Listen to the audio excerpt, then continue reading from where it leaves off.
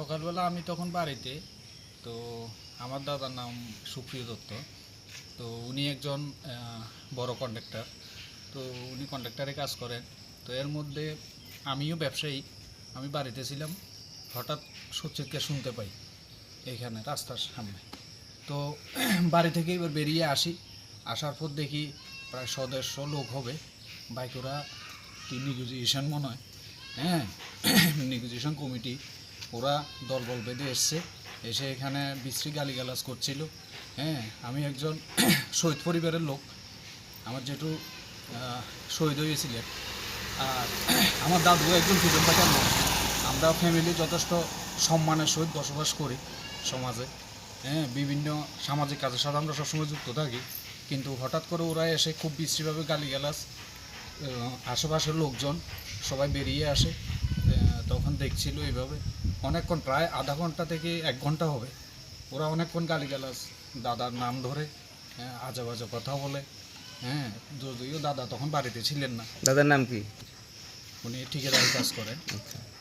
তো আমরা খুব মানে মর্মাহত এই যে বর্তমান সরকার আমাদের বিশেষ করে শহীদ পরিবারদের খুব সম্মান দেন, হ্যাঁ খুব রেসপেক্ট করেন আমাদেরকে, কিন্তু এইভাবে আমরা হেনস্থার শিকার হচ্ছি, এটাই মানে আমরা খুব আশাহত এবং খুব দুঃখিত যে এইসব তো আমরা আশা করতে পারি না। আচ্ছা, তো এই ঘটনার পরে আপনারা পুলিশ প্রশাসনকে জানিয়েছেন? হ্যাঁ, পুলিশ প্রশাসন এসেছিল, এসে ততক্ষণে ওরা এবার চলে গেছে, একে একে করে হুমকি টুমকি দিয়ে চলে গেছে, বিভিন্ন আজে বাজে কথা বলে। তখন ওরা একে একে করে বাইকে এসেছিল, গাড়ি করে এসেছিল। হ্যাঁ, আপনার নাম? আমার নাম বিশ্বজিৎ দত্ত, আমি একজন ব্যবসায়ী। এটা কোন জায়গাটা?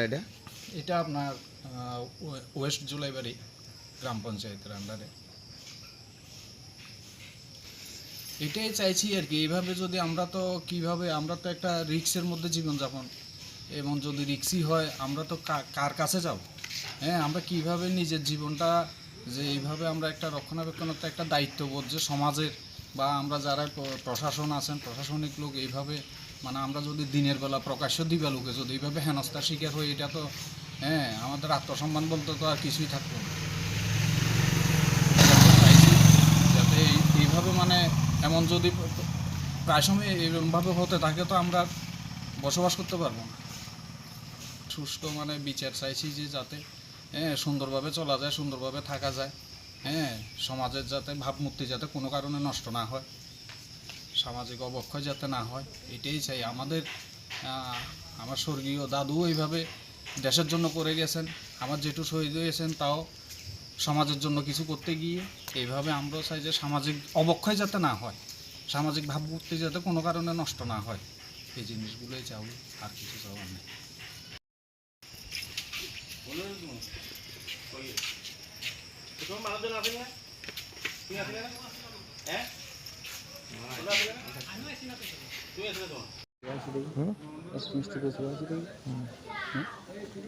মিষ্টি হয়েছে বলতে জানুয়ারি তোমার